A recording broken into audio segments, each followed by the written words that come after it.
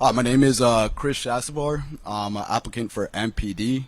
What ultimately led me to apply for MPD or to pursue a career with law enforcement and join MPD was how much I'm invested for helping others. Being a manager for 1/3 of my entire life, I know I have the qualities of a leader. I've always been self-aware and prioritize personal development. And most of my work career, I spent a good majority of my time developing others. I always took a genuine interest in the company I always worked for, and with me going into MPD, I know exactly that's what I'm going to do. I always took a genuine interest in the business that I operated in. My team always followed, and in turn, this will help me set a standard for the public and to help others follow in my lead. When I was 26 years old, I almost died of pneumonia. I pretty much flatlined, and that pretty much set the standard for me. I woke up and pretty much God gave me another chance, and that was basically my reason for joining MPD. I knew God put another reason for me, and that was to help others. And joining MPD, that's what I exactly want to do. I want to set a standard for the public. I want to set a standard for DC, and hopefully make DC a safer place. I'd like to thank Mayor Bowser for incentivizing this $20,000 bonus for MPD. I'd like to thank my parents. This is with me joining MPD. This was all for them, honestly. And with this incentive, I would definitely like to put this out for my parents for everything that they've done for me. So, thank you, Mayor Bowser. I'd like to introduce Mayor Bowser. Mayor Bowser. Thank you so much, Chris. Thank you. Well, it's great to see everybody on this very, very hot day in D.C. And I want to thank our officers. I want to thank the Chief of Police and all of our community members who tell me each and every day that they want to make sure that we have a fully staffed MPD, a fully trained and supported MPD, officers who are out in the community, out of cars, talking to residents, and solving crimes, working with our partners in the courts and the prosecutors' offices, and working with partners throughout district government to make sure that we are presenting our residents in every neighborhood across all 8 wards opportunities to engage with city services and make really good decisions for their lives. So I am pleased that the council passed most of our budget requests. I think about 80% of our budget requests just now.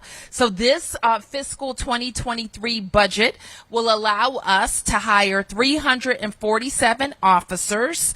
And the way that we will get there is with competitive retention and competitive recruitment bonuses. And so we sent the budget to the council in March, and that budget will be available on October 1st. But the chief came to me and he said, Mayor, it's my job to tell you what we need. And what we need is to be able to put those bonuses in place right now so that we are competitive with other jurisdictions who are doing it right now. And we want to be able to attract the best of the best to work with MPD. And so that is what we are able to do, is to have that program of providing a $20,000 hiring bonus and a $6,000 housing allowance to start with this recruiting class on Monday.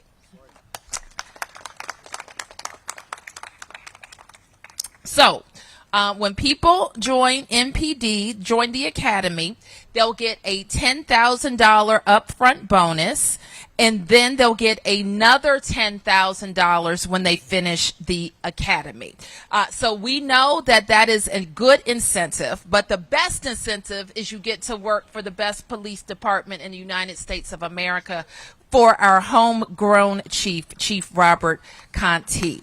So those are all good reasons, and we know that we're going to continue to work on a comprehensive approach to driving down crime. We're focused on guns and people who would use guns, but we're also focused on making sure we have robust violence intervention programs and great partnerships that the chief has created with our federal partners who are focused on high-level drug and gun crime and making sure we're building great cases. We know in our city we have a lot going for us, and I want everybody to understand that this chief and this government won't stop until we drive down violent crime. And so with that, I want to introduce the chief of police to say a little bit more, then we'll have a time for a couple of questions. Chief. Thank you, Madam Mayor, for the introduction, but more importantly, for your continued support and ongoing investments in the Metropolitan Police Department. I am Robert J. Conti, the third Chief of Police here in our nation's capital, Washington, D.C. Today's announcement marks another significant step in providing attractive incentives for joining the MPD in the capacity of a recruit officer. While our recruiting standards remain high, we know this is an extremely competitive job market, and this bonus distinguishes us from the rest of the pack. Beginning with the newest members that will make up our next recruit class on Monday, as the mayor stated, all sworn new hires are eligible for a $20,000 hiring bonus. Class 22-7 will receive an initial hiring bonus of $10,000 as they begin their academy training, and upon graduation of the academy, they will receive a second installment of $10,000. These new officers will enter a 2-year obligated service agreement to the citizens of the District of Columbia. Allow me to repeat that. A $20,000 hiring bonus for new recruits here in Washington, D.C. That deserves a round of applause. This is a substantial investment in the next generation of officers and signifies the mayor's commitment to attracting the most qualified applicants. This provides an opportunity for those passionate about serving the community and certainly creates a pathway to getting ahead. It is also an accumulation of enhancements to developing a robust pipeline at the Metropolitan Police Department. Within the past year, we have expanded MPD's Cadet Program qualifications to include current district residents that attended high school outside of D.C. and are under 25 years of age, increased the number of cadet positions from 100 to 150, pledged our commitment to the national 30 by 30 initiative that ensures our police department hires more female officers and provides them promotional opportunities throughout their careers, extended up to $6,000 in rental housing assistance to new sworn members, and currently offer a $5,000 cadet conversion bonus for cadets that become recruit officers. We are joined today by one of the cadets that will take advantage of this officer, Cadet Martin. For all of those enhancements, they deserve a round of applause. Thank you, Madam Mayor. There's no better time to become an MPD officer. The opportunities are endless. While MPD is excited about these recruiting incentives, we are equally committed to our retention efforts. Our existing personnel deserve the same passion and energy with ensuring we provide them with fair compensation. And I believe that we are closer than ever to reaching a collective bargaining agreement, as final negotiations with our D.C. Police Union have been very productive. The mayor recognizes that a comprehensive incentives package is one that extends from our newest officers up to our most tenured officers.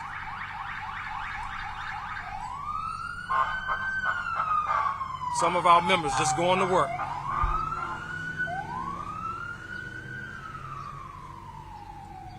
We are joined today by numerous MPD members from all ranks, cadets, recruits, sworn officers, and officials. Each of them followed their instincts to make a difference in the lives of others by becoming a police officer. And I know there are many young people watching today that have those same desires. We are joined today by two of our newest recruits, Jose Ferreira and Christopher Chachavar, that were motivated to join so they could begin their journey.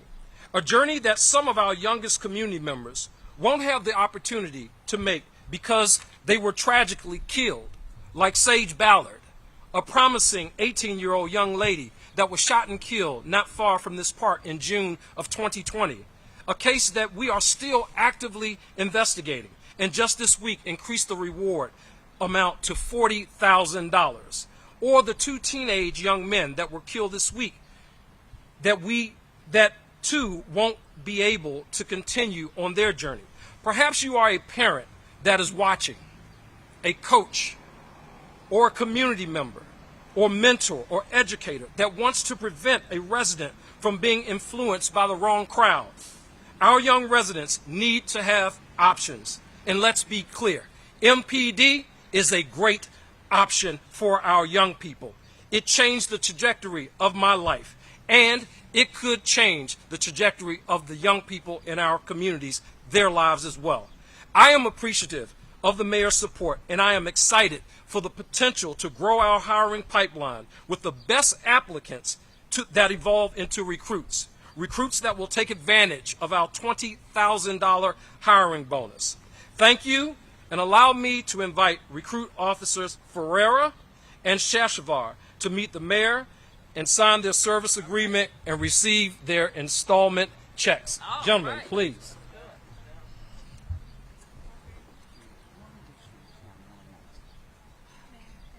We got one other, Noah Knight. Welcome, welcome, welcome, and thank you. I don't get a recruitment check. We get no, ma'am.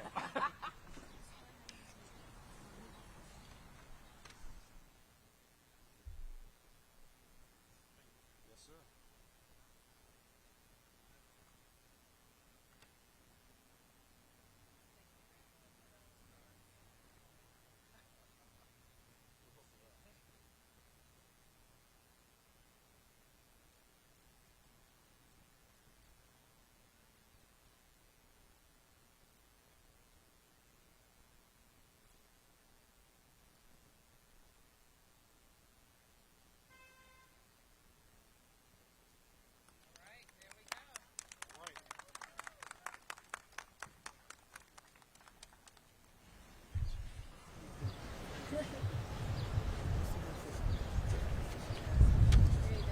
All right, there you go, gentlemen. Okay.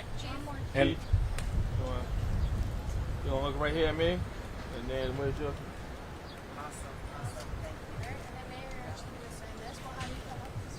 that's a big check, man.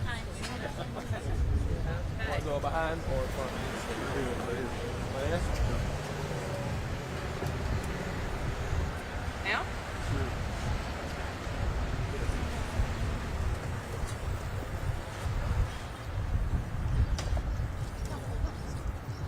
All right, great job.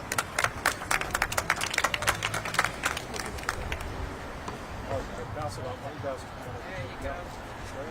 Good, John? Yeah. All right, so we're going to look right here, down again.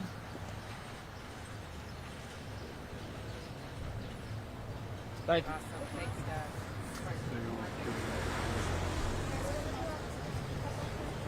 All right, we want to thank everyone for coming out, and if you have any questions, I can answer any questions that you may have at this time. I'll start with the press first. We'll start with here, right behind it. Okay, yes, sir. Hey, Raphael with Channel 9. Hey, Raphael. Chief, Yes, sir. what continues to be the biggest challenge to recruit people to join the PD? So it's really a national challenge, right? I mean, we're coming off the heels of a pandemic. We're coming off the heels of social unrest. We're coming off a place in time where people just want to be at home and telecommute. And so in this very challenging job market, we have to come up with creative ways to lure officers to our department. I was talking with one of my fellow major city chiefs that's in Nashville that they also have a hiring bonus, and they instantly started to see an uptick in recruiting numbers as a result of the hiring bonus. So we have eclipsed that, and we're certainly welcoming people here to our nation's capital to be the police.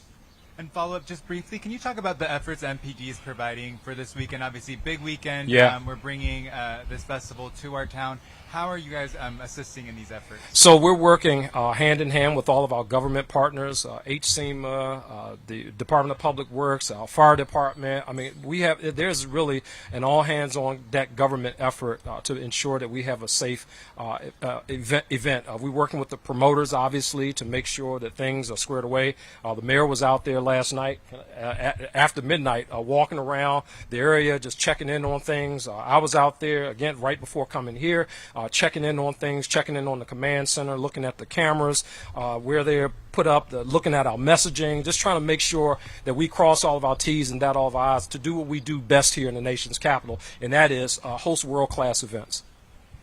Muriel Carbone Hi, with Muriel. DC News Now. I'm just wondering, you talk about getting creative to attract new recruits. I'm wondering how you're reaching people outside the city of DC. I've been hearing from friends in other states that they're seeing posters pop up for maybe joining the New York City Police Department or other major departments. Are you guys doing anything like that? Yeah, I got caught a little flack because there were some MPD, join MPD posters on the New York City subway system. So, yeah, we reach out far and wide. Again, this is the nation's capital. We're an international city. We have people from all over the world who live here in our city and who want to come to our city. So it's only fitting that not only we attract the best and brightest local talent to our police department, but we extend beyond that and we attract the best and brightest talent really from across our country to be the police right here in Washington, D.C.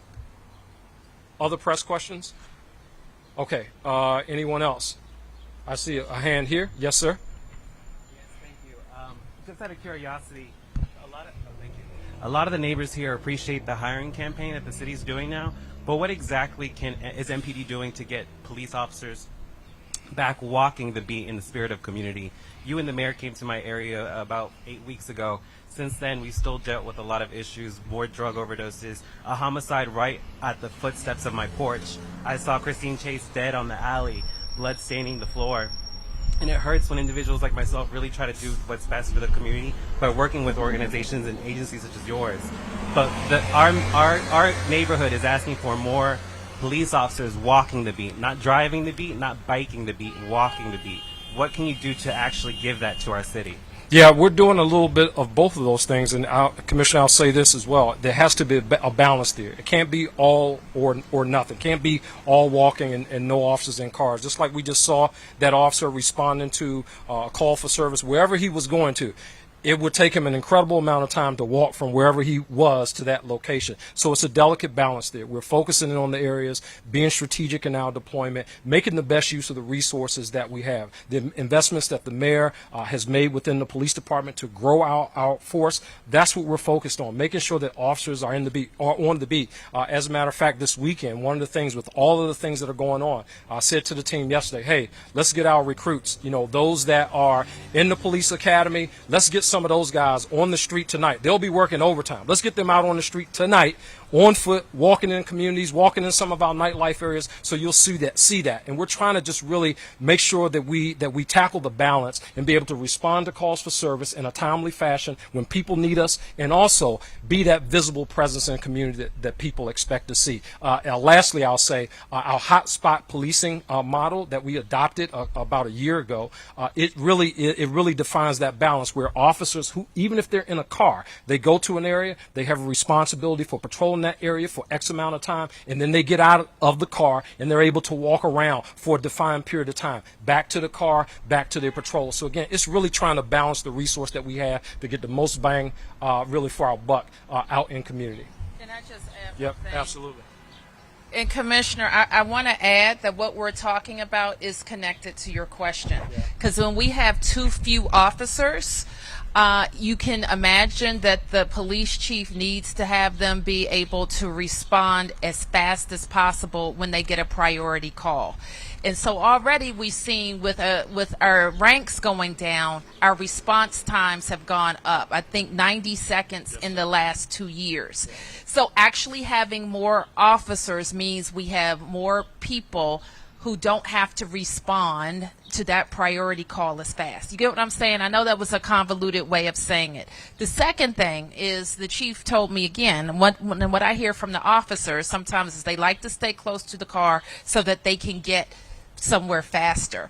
And that's why I want the chief, and I think that we funded it. I don't know where you are with this, with the electric bikes. They're being deployed now. Okay, the electric bikes are being deployed. So our bicycle officers, you know how DC is not flat everywhere. And so if we can get some electric assisted bikes for our officers, then their response times and their comfort with being on the bike and being able to respond to serious issues also goes up. So we're really talking to our officers about what they need to feel safe and to do their job effectively and what tools we can give them to do that. Now, one thing that we haven't talked about, and we will in the next budget cycle, a lot of our officers who are looking at different jurisdictions, they offer them take-home cars.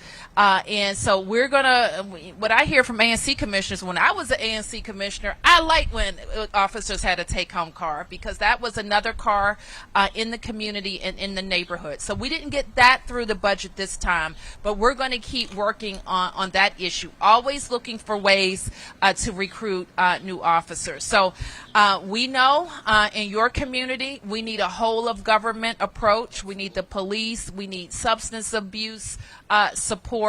We need traffic support, and we also need our regulatory agencies to work on vacancy and blight. And I'm very committed. This is not something that we know would turn overnight, but we're very committed to working on the systemic issues to make your community safer. All right, so we're going to stop now. And the chief will stick around because he's cool like a fan. And if there are any other questions, we'll get them. Thank you, everybody. Stay safe.